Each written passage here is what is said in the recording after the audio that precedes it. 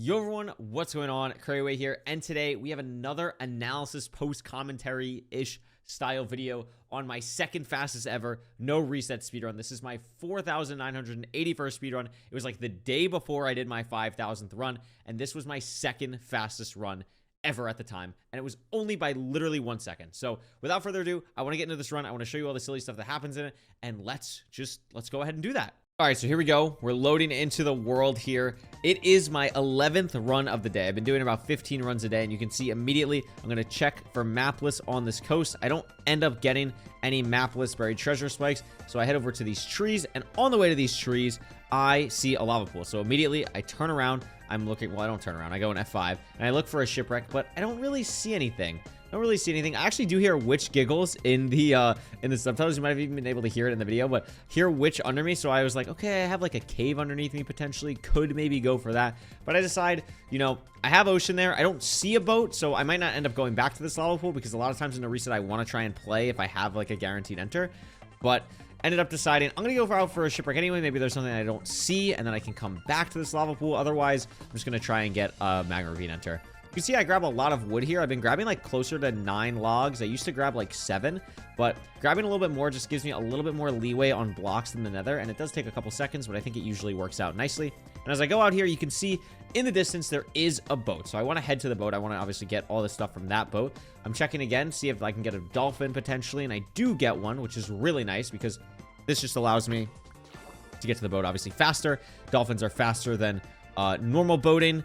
And on the way, I noticed this boat, which I literally don't even notice. You can see I like move my crosshair down because I didn't even notice it. And then I get a BT map because this is an upside down bad shipwreck. So I only get a food chest, which is fine. But the nice thing about it being an upside down bad boat is that I do get the mapless chest. If it was not upside down, if it was sideways or right side up and it's a bad chest with just a food chest, you don't get the map, the buried treasure map. You only get it when the boat is upside down. So anytime you see any upside down boat, if you're not able to tell if it's good or bad, if it's upside down, you're guaranteed at least a map, which is really nice.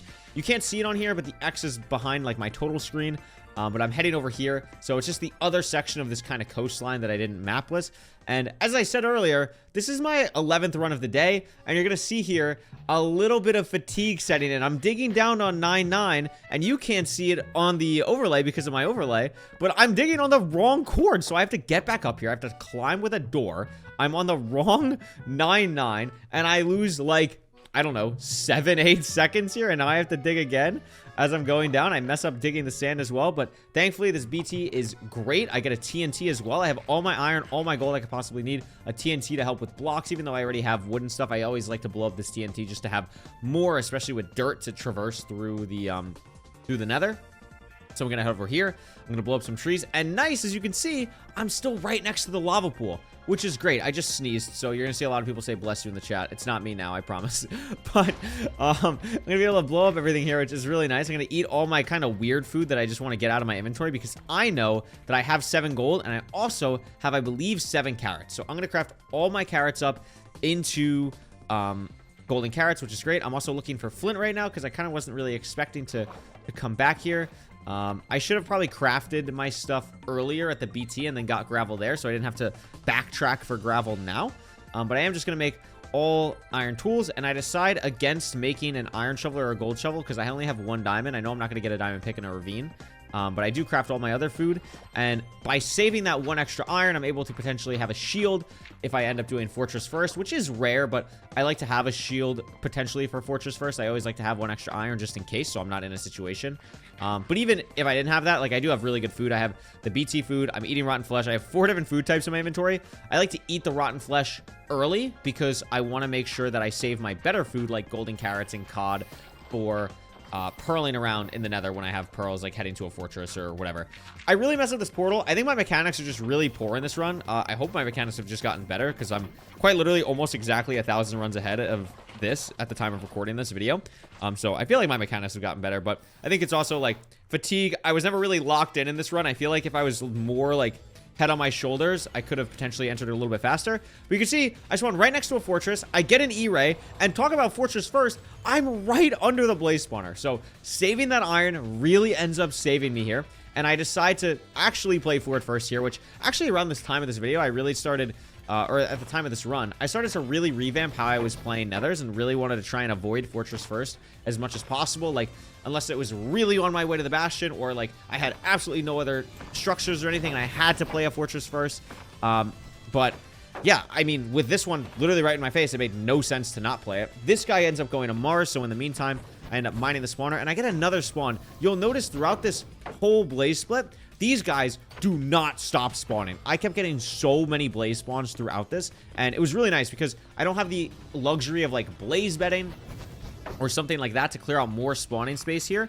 I was a little bit worried about the strays you could see shooting me from the right, but I don't have a way to clear out all this space much quicker, right? So the fact that the spawner was really cooperative, I think I already have like 4 or 5 rods at the time of this, and you can see the spawner spawned another 2 blazes, so it was just completely cranking throughout this. I get shot through the underside of where I was digging, which is a little bit unfortunate, but I get another rod here. Again, I have plenty of food. I can just eat one of my golden carrots because I know I'm not going to be pearling as much in this run, so I can start eating that food since I'm doing Fortress First. And you can see I already have 6 rods. Now, anyone who watches me knows that I don't use a calculator, so I can't leave on 6, and people doing Fortress First would not really leave on 6 anyway, unless you're really pushing for pace.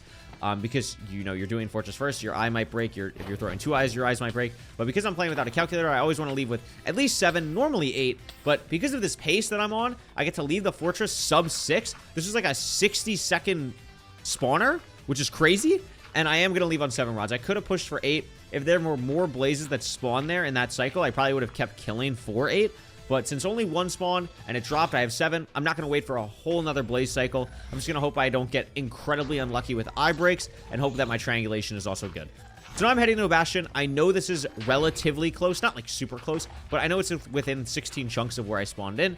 So I'm trying to just really navigate that terrain. You'll see me, I think I E-ray here, like re-E-ray in a second or so, just to kind of get an idea of exactly where I'm going to go here. Eating my golden carrot. Here's my re-E-ray, and I see, looking at my entity spike in the top left, yes, it's right through here. But my terrain is not that great. I was kind of hoping this open, maybe it'd be more to the left, but it's not. It's directly in this wall, so I'm hoping great. Like, I really don't want to dig through this wall. Ideally, something opens up on the left here, and it does. Once I cross this terrain, I can see a beautiful housing bastion. But something really unique about this route is the way that I'm entering. I'm entering through this awkward top section because all the piglins left here through the soul sand, so I want to make sure I don't lose them. So I'm doing like this awkward mid-route that I'm entering from behind, and normally when you grab these backup blocks, that block that I just dug up where this piglin just fell through, that's where I just walked over. That's where those piglins wandered out from. That's where those pigs come from. So there's always like 3 or 4 piglins up there, and I wanted to make sure that I got them from the soul sand, so I wanted to aggro them early. So now I'm going down here. I have a decent amount of pigs aggroed for mid-down housing, but it can always be like a little bit risky, because normally you want to do either top-down or manhunt because that's where all the chests are. So I'm kind of relying a little bit more on chests at this point. I'd like to potentially get more obby in trade so I don't have to check as many chests at this point. But this pace is incredibly fast. We're doing all this at the sub, 8-minute mark for no reset, which is really, really nice. Early game, Overworld was definitely sloppy, but I feel like this Nether, I feel like I'm playing it very well for no reset circumstances. I still have a lot of food. I still have all my resources. Playing it safe, playing it standardized, playing a pretty good balance of playing a little bit aggressive with mid down, but also wanting to make sure I get piglins and stuff. And you can see, trading all the gold, still have about 30 more gold to trade, getting all my trades up here. I already have enough pearls. I really have enough string and stuff already. The problem is, that was the first obby I picked up, and I have 4. I have 4 obby, so that's not great. I'd like more than 4 obby. Struggling to craft a little bit, but that's okay. Making sure that I can also craft a bow after. Crafting up some more extra blocks. My inventory management has gotten so much better. I know from watching this, like, I'd be throwing so many more things out at this point. But I only have 6 obby. So I check this chest. I get 11. So now I can at least leave the nether. That's great. But if you know anything about Minecraft speedrunning, you always want to try and get 20 obsidian because you want to build your second portal either in the stronghold or very, very close to the stronghold. So I want to play for that. I want to go back up here. The only thing I need is obsidian. I don't need anything else. I have plenty of explosives, plenty of pearls. First chest I open, 9 obsidian. I get exactly 20, and I'm able to leave at the top of this housing, which is great. This is a sub 9 blind. Very, very good for no reset. This is a really great time. Probably one of my faster blinds, I would say, like, ever. It's probably... Like, maybe not ever, but, like, this endgame just ended up working out really well. I mean, obviously it has to. It's, my second fastest time ever. But I've blinded sub 8 a couple times. I think I've even blinded sub 7 once, maybe, in no reset. But But a lot of time it also depends on the end game. So my first angle was 44.1. You want to look at that where it says positive Z right over the top right corner of my head. Positive Z, 44.7 now after that positive Z. So first angle is 44.1. This is 44.7. That is a 0.6 angle change. You take the angle change, you divide it by 1,000. 0.6 divided by 1,000 is, or no, excuse me, it's 1,000 divided by the angle change. So 1,000 divided by 0.6 is about 1,700 blocks away. And it's on a diagonal, so I have to move even farther because you work with right angles in Minecraft, but then you have a 45-degree angle on the diagonal. So now I'm just doing the math, and I notice when I'm doing the math, hang on, wait a second.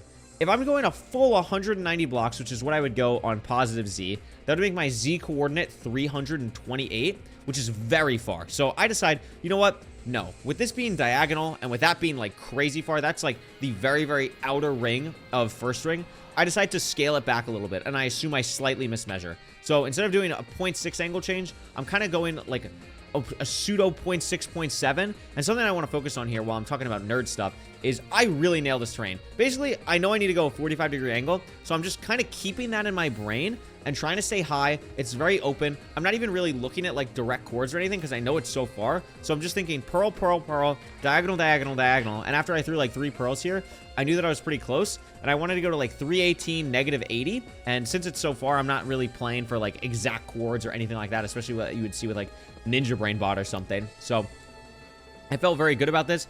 I get very close to where I need to be, and my portal at 10:13 is actually a very fast second portal because I got here really quickly. The terrain really cooperated, and this eye actually ends up going the same direction. So by thinking that I mismeasured, I actually misplayed because it was as far as I thought, and I could have trusted my measurement there. Sometimes you can trust your measurement and it's wrong.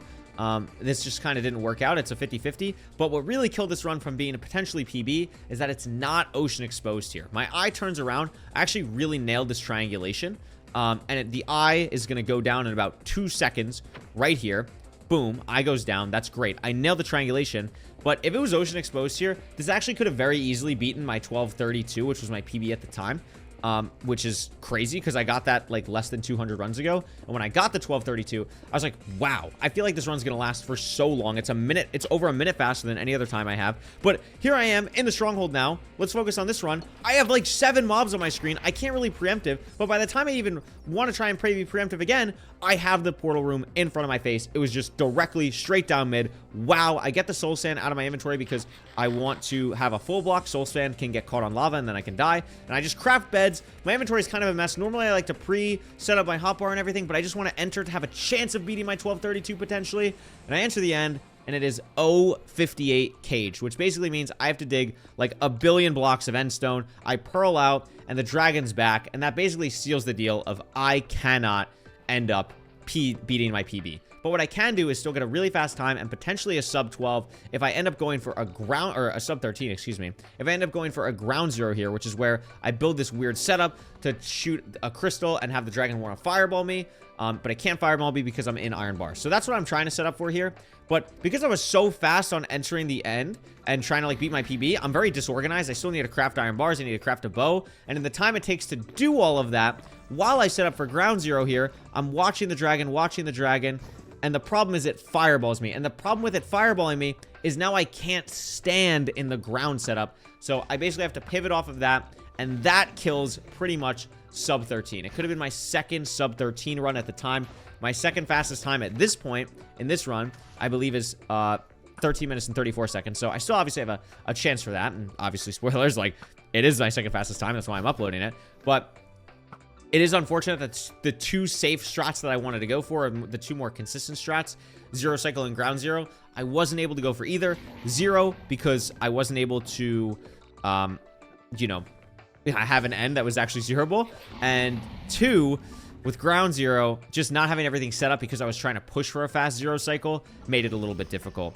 And that's also a little bit because when you're doing the fortress split second, normally that's when you would pre-craft everything, but because I did the fortress first, it was a little bit weird. But guess what? The dragon's about to perch, and I'm about to have a really cool reaction. So thank you so much for watching. This is a very fast analysis. I hope you picked up on some stuff. Leave any questions you have.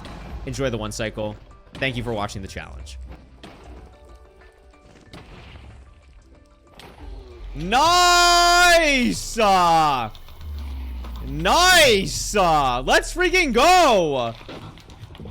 Dude, what? What the flip? Society if 400 blocks. Nope, 2100. It's good. It's good to get a 2100 blind on PB Pays. That's so... Is that actually second best run ever? BT on map, Doug Crawl. Dude, oh my god. I literally wasted like 10 seconds to just being stupid. Yup, by 1 second, baby. By 1 second. It's beautiful. It's actually beautiful. By 1 second.